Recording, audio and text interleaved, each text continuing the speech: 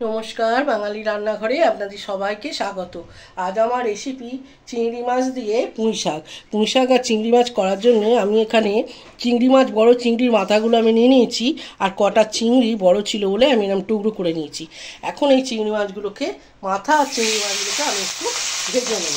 এখানে দিয়েছি সর্ষের তেল। সর্ষের তেলে রান্নাটা করলে স্বাদটা একটু আলাদা হয়। এবার আমি এই ভাজা মাছগুলো খুব একটা ভাজিনি, এগুলোকে আমি তুলে নেব। এবার ওই তেলের মধ্যে আমি এখানে দিয়েছি বেশ কয়েকটা কাঁচা লঙ্কা, ঝালটা আপনারা নিজেদের পরিমাণ মতো নেবেন, আর দিয়েছি 1.5 চামচে 5 ফোড়ন।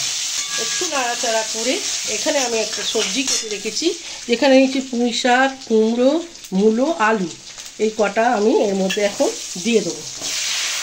আর কুমড়োর খোলাগুলো আমি ছাড়াইনি, কুমড়োর খোলা না ছাড়িয়ে রান্নাটা করলে খেতে খুব ভালো লাগে। এবার আমি এগুলো দিয়ে দিলাম।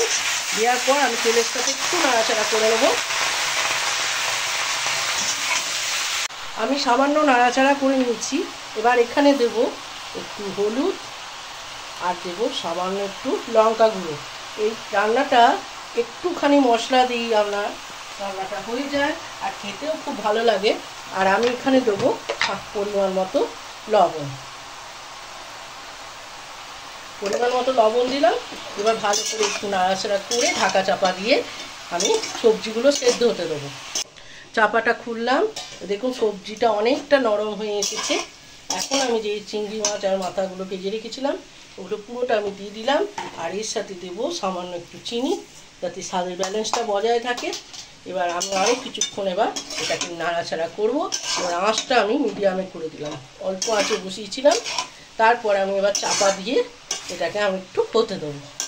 আমি মিডিয়ামে রেখেছিলাম গ্যাসের ওভেনটা। এবার আমি খুললাম, দেখুন সম্পূর্ণ রেডি হয়ে গেছে। এবার সব শেষে আমি দেবো অল্প একটুখানি সর্ষের তেল। সর্ষের তেলটা দেওয়ার পর এর গন্ধটাও খুব সুন্দর আসে, আর খেতেও খুব অসাধারণ হয়। একবার এই রেসিপিটা আপনারা এইভাবে বানিয়ে খেয়ে দেখবেন, বেশি মশলাও লাগে না। আর চিংড়ি মাছ তো সব কিছুতেই ভালো লাগে। যদি ভালো লাগে একটা লাইক, শেয়ার আর কমেন্টের জন্য আপনাদের কাছে অনুরোধ রইল। চ্যানেলটা সাবস্ক্রাইব করবেন, যাতে নতুন নতুন রেসিপিগুলো আপনাদের কাছে পৌঁছাতে পারে। ভালো থাকবেন, সুস্থ থাকবেন, ভালো খাবার খাবেন।